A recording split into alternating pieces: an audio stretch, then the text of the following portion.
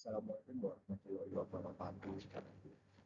Perkenalkan, saya Renaldi Eka Saputra Muslimah dengan NPI 14122000096. Di sini saya akan mempresentasikan tentang pengukuran produktivitas menggunakan pendekatan pospak. Untuk studi kasus, yaitu PT Semoga Sukses Kasindo merupakan perusahaan yang bergerak di bidang manufaktur yang berdomisili di Surabaya. Nah, ini untuk tabel data keuangan PT Semoga Sukses Kasindo, di mana dalam tabel ini terdapat 17 data, di mana dimulai dari bulan Januari 2024 sampai bulan Mei 2025.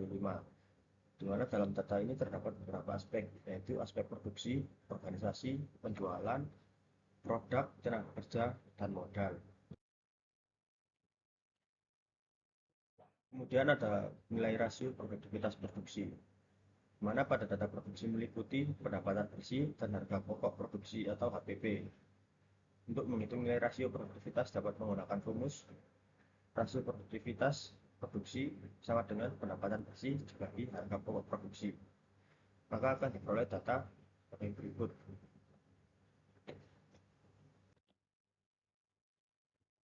Kemudian ada grafik rasio produktivitas produksi, di mana pada grafik ini rasio produktivitas produksi tertinggi terdapat di bulan Januari 2025 dengan nilai total 1,82. Kemudian ada rasio produktivitas produksi terendah terdapat di bulan Mei 2025 dengan nilai total 0,42. Kemudian ada rasio produktivitas produksi tengah-tengah, dalam artian tidak tinggi dan tidak rendah, terdapat di bulan Agustus 2024 dengan nilai total 1,01.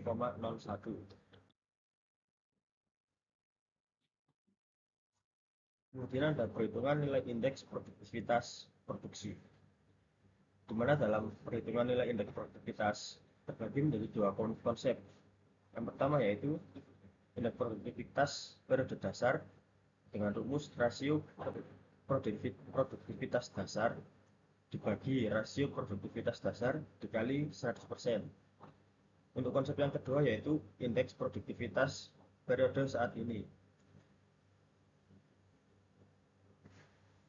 yaitu dengan rasio produktivitas saat ini dibagi dengan rasio produktivitas dasar dikali 100%. Maka dari kedua perhitungan indeks tersebut akan diperoleh nilai periode dasar seperti pada tabel di samping. Kemudian ada grafik indeks produktivitas produksi. Berdasarkan grafik indeks produktivitas produksi, maka dapat dianalisis beberapa kondisi sebagai berikut. Yang pertama yaitu indeks produktivitas produksi tertinggi terdapat di bulan Januari 2025 dengan nilai total 204. Kemudian ada indeks produktivitas produksi terendah terdapat di bulan Mei 2025 dengan nilai 47. Dan selanjutnya ada indeks produktivitas produksi tengah-tengah yang terdapat di bulan Agustus 2024 dengan nilai 113.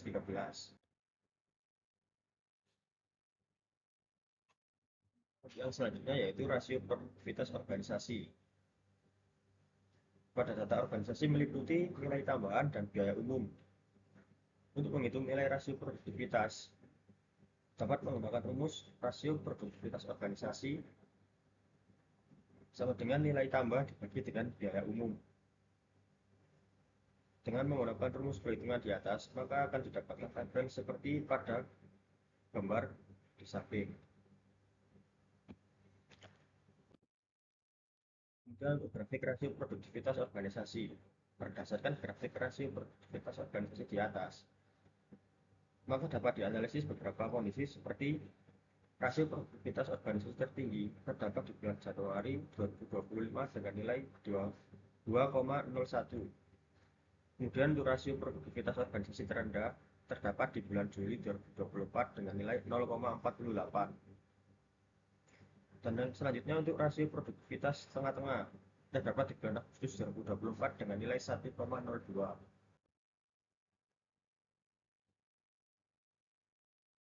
selanjutnya yaitu perhitungan nilai indeks produktivitas organisasi. Sama seperti rumus indeks produktivitas produksi, berdasarkan rumus yang digunakan pada perhitungan sebelumnya, maka akan didapatkan nilai sebagai berikut.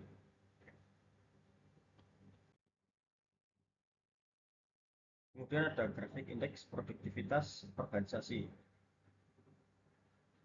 Berdasarkan grafik rasio indeks produktivitas, maka dapat dianalisis beberapa kondisi sebagai berikut. Yang pertama yaitu rasio indeks produktivitas tertinggi terdapat di bulan Januari 2025 dengan nilai total 242. Yang kedua, rasio indeks produktivitas terendah terdapat di bulan Juli 2024 dengan nilai 58. Dan untuk yang ketiga yaitu rasio indeks produktivitas tengah-tengah terdapat di bulan Agustus 2024 dengan total 123. Kemudian ada nilai rasio produktivitas penjualan. Pada data produktivitas penjualan, meliputi laba kotor dan biaya penjualan.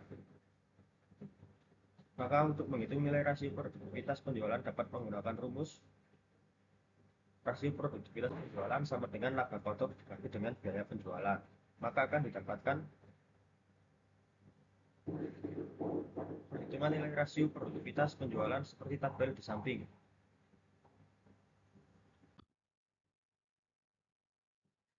Selanjutnya ada grafik rasio produktivitas penjualan, di mana pada grafik rasio produktivitas penjualan, maka dapat dianalisis beberapa kondisi sebagai berikut. Yang pertama yaitu rasio produktivitas penjualan tertinggi terdapat di bulan Maret 2025 dengan nilai 2,35. Yang kedua, untuk rasio produktivitas penjualan terendah terdapat di bulan Februari 2024 dengan nilai 0,53. Dan ketiga, untuk rasio produktivitas penjualan tengah-tengah terdapat di bulan Agustus 2024 dengan nilai 1,22. Yang selanjutnya ada perhitungan nilai indeks produktivitas penjualan.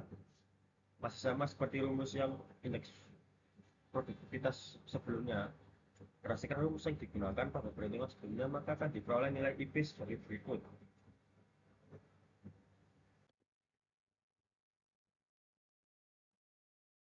Kemudian ada grafik indeks produktivitas penjualan. Berdasarkan grafik yang tertera pada bagian kiri layar, maka dapat dianalisis beberapa kondisi sebagai berikut. Untuk yang pertama yaitu rasio indeks produktivitas penjualan tertinggi terdapat di bulan Maret 2025 dengan nilai 145. Yang kedua, rasio indeks produktivitas penjualan terendah terdapat di bulan Februari 2025 dengan nilai 33. Dan yang ketiga yaitu rasio indeks produktivitas penjualan tengah-tengah terdapat di bulan Agustus 2024 dengan nilai 75. Yang selanjutnya ada rasio produktivitas produk, di mana pada data produktivitas produk meliputi laba kotor dan biaya langsung. Maka untuk menghitung rasio produktivitas produk dapat menggunakan rumus laba kotor dibagi dengan biaya langsung. Maka akan diperoleh perhitungan nilai rasio produktivitas seperti tabel pada gambar di samping. Yang selanjutnya yaitu grafik rasio produktivitas produk, di mana berdasarkan grafik rasio produktivitas produk di atas, maka dapat dianalisis beberapa kondisi sebagai berikut. Pertama yaitu rasio produktivitas produk tertinggi terdapat di bulan April 2024 dengan total nilai 2,21. Yang kedua, rasio produktivitas terendah terdapat di bulan Februari 2024 dengan nilai total 0,39. Yang terakhir yaitu rasio produktivitas tengah-tengah terdapat di bulan Oktober 2024 dengan nilai 1,16.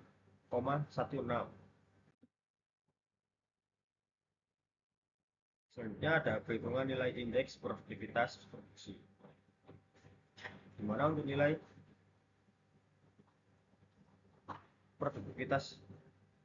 indeks produktivitas produksi dapat dilihat pada tabel seperti pada gambar yang tertera. Kemudian ada grafik indeks produktivitas produk.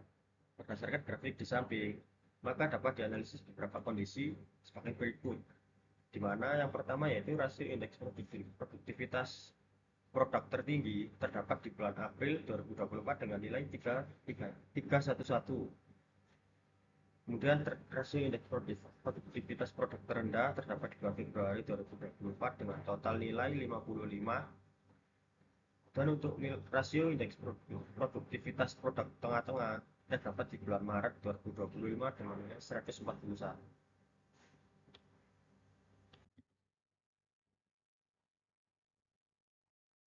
Selanjutnya ada rasio produktivitas tenaga kerja, di mana pada data produktivitas tenaga kerja meliputi laba kotor dan gaji total.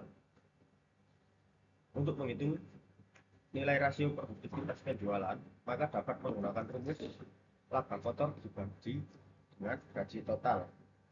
Maka akan didapatkan nilai rasio produktivitas tenaga kerja seperti pada tabel di samping.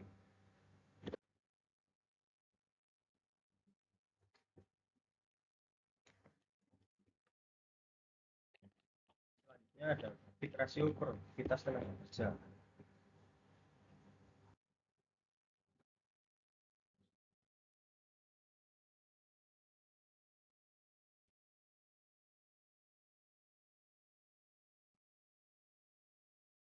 Selanjutnya ada grafik indeks produktivitas tenaga kerja.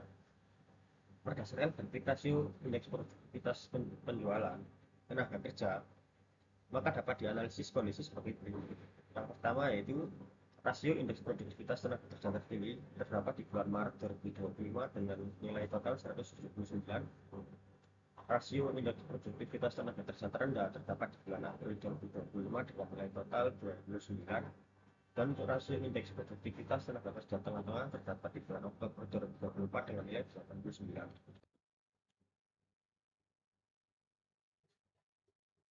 Kemudian ada rasio produktivitas modal, di mana pada data produktivitas modal meliputi pendapatan bersih dan juga modal itu sendiri. Maka untuk menghitung nilai rasio produktivitas modal dapat menggunakan rumus pendapatan bersih dibagi dengan modal. Maka akan didapatkan hasil perhitungan nilai rasio produktivitas sebagai berikut. Kemudian ada grafik rasio produktivitas modal. Berdasarkan grafik rasio produktivitas modal di samping, maka dapat dianalisis beberapa kondisi sebagai berikut. Yang pertama yaitu rasio produktivitas modal tertinggi terdapat di bulan Desember 2024 dengan nilai total 2,33. Yang kedua yaitu rasio produktivitas modal terendah terdapat di bulan Mei 2024 dengan nilai total 0,47. Dan untuk rasio produktivitas modal tengah-tengah terdapat di bulan September 2024 dengan nilai total 1,40. Kemudian ada perhitungan nilai indeks produktivitas modal. Berdasarkan rumus yang digunakan pada perhitungan sebelumnya, maka didapatkan nilai IP sebagai berikut. Dapat dilihat pada gambar yang tertera di layar. Yang selanjutnya ada grafik indeks produktivitas modal. Berdasarkan grafik rasio indeks produktivitas modal di samping, maka dapat dianalisis beberapa kondisi sebagai berikut, di mana untuk yang pertama yaitu rasio indeks produktivitas modal tertinggi terdapat di bulan Desember 2024 dengan nilai total 276. Yang kedua, rasio indeks produktivitas modal terendah terdapat di bulan Mei 2024 dengan nilai total 55. Untuk yang terakhir yaitu rasio indeks produktivitas modal tengah-tengah terdapat di bulan Agustus 2024 dengan nilai total 116.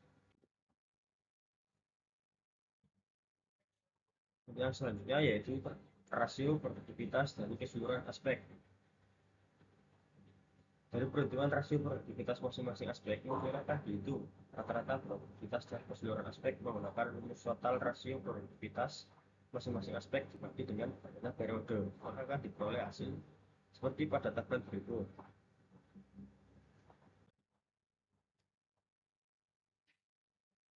Yang selanjutnya yaitu grafik produksi, grafik rasio produktivitas dari keseluruhan aspek.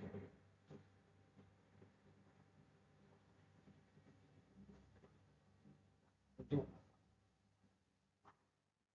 di mana di sini terdapat aspek produksi dengan rata-rata rasio produktivitas keseluruhan aspek 0,97, organisasi dengan rata-rata satu penjualan dengan rata-rata 1,15, kemudian ada aspek produk dengan rata-rata 1,02, kemudian ada aspek tenaga kerja dengan nilai rata-rata 1,05, dan terakhir ada aspek modal dengan nilai rata-rata 0,91. Maka berdasarkan grafik rasio produktivitas keseluruhan aspek di samping dapat dianalisis beberapa kondisi seperti berikut, di mana rasio produktivitas keseluruhan aspek tertinggi terdapat pada aspek penjualan dengan total 1,15. Kemudian ada rasio produktivitas keseluruhan aspek terendah terdapat pada aspek modal dengan total 0,91, dan rasio produktivitas keseluruhan aspek tengah-tengah yaitu aspek produk dengan total 1,02.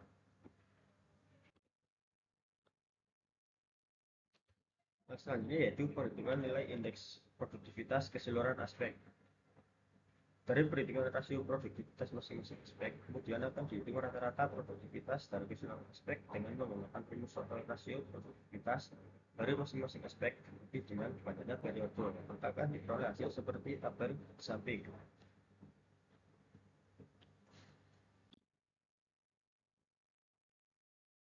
Selanjutnya ada grafik indeks produktivitas dari keseluruhan aspek, di mana pada aspek produksi dengan rata-rata 108,82, aspek organisasi dengan rata-rata 119,92, aspek penjualan dengan rata-rata 71,03, aspek produk dengan rata-rata 143,78, aspek tenaga kerja dengan rata-rata 76,99, dan yang terakhir ada aspek modal dengan rata-rata 108,36. Maka berdasarkan grafik rasio indeks produktivitas keseluruhan aspek di samping dapat dianalisis beberapa kondisi sebagai berikut. Yang pertama yaitu rasio indeks produktivitas keseluruhan aspek tertinggi dapat pada aspek produk dengan total 143,78. Kemudian untuk rasio indeks produktivitas keseluruhan aspek terendah yaitu aspek penjualan dengan total 71,03, dan yang terakhir ada rasio indeks produktivitas keseluruhan aspek tengah-tengah yaitu aspek produksi dengan total 108,82. Kemudian di sini ada peningkatan perbaikan produktivitas. Berdasarkan dari grafik rata-rata rasio produktivitas keseluruhan aspek yang memiliki nilai terendah adalah aspek modal dengan total 0,91. Dan demikian beberapa upaya yang dapat dilakukan untuk meningkatkan produktivitas pada aspek produksi pada aspek modal menggunakan kriteria Postpak adalah sebagai berikut. Ini bagian produksi yaitu modal. Untuk kriteria produksi yaitu menggunakan turnover atau total capital employed. Untuk tindakan perbaikan sendiri yaitu dengan menggunakan pengendalian persediaan, manajemen keuangan, analisis investasi, serta perencanaan dan pengembangan ekonomi perusahaan. Untuk yang selanjutnya, berdasarkan grafik rata-rata indeks produktivitas keseluruhan aspek, yang memiliki nilai terendah adalah aspek penjualan dengan total 71,63. Dengan demikian, beberapa upaya dapat dilakukan untuk meningkatkan produktivitas aspek penjualan dapat menggunakan kriteria Postpak sebagai berikut. Untuk bagian produktivitas yaitu penjualan or sales, kriteria produksi yaitu gross margin atau total sales cost. Untuk tindakan perbaikan yaitu analisis pasar, identifikasi pasar, strategi produksi, strategi harga jual, serta analisis distribusi atau logistik.